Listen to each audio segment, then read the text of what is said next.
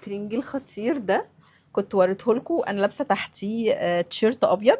ده كده لو لبسنا الترنج وهو مقفول بالشكل ده كده، تقدري تلبسيه وهو تحته تيشيرت زي ما شفتوه، او هو مقفول بالشكل ده.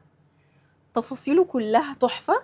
بصوا الخطوط الكتر ده ابيض بالشكل ده كده، ومن هنا بصوا الكتابه دي قطن ديجونيل عليها طباعه حلوه قوي سودا وبالجيوب بالشكل ده.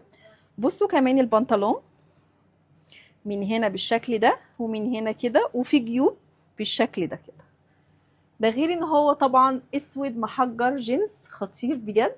والتلبيس بتاعه هو لارج اكس دبل 3 اكس. انا كده لابسه اول مقاس في الموديل، ما حبيتش البس لكم مقاس اكبر عشان برضو تشوفوا اول مقاس بيلبس وزن قد ايه. طبعا تقدري تلبسي القطعه اللي فوق لوحدها على اي حاجه تانية.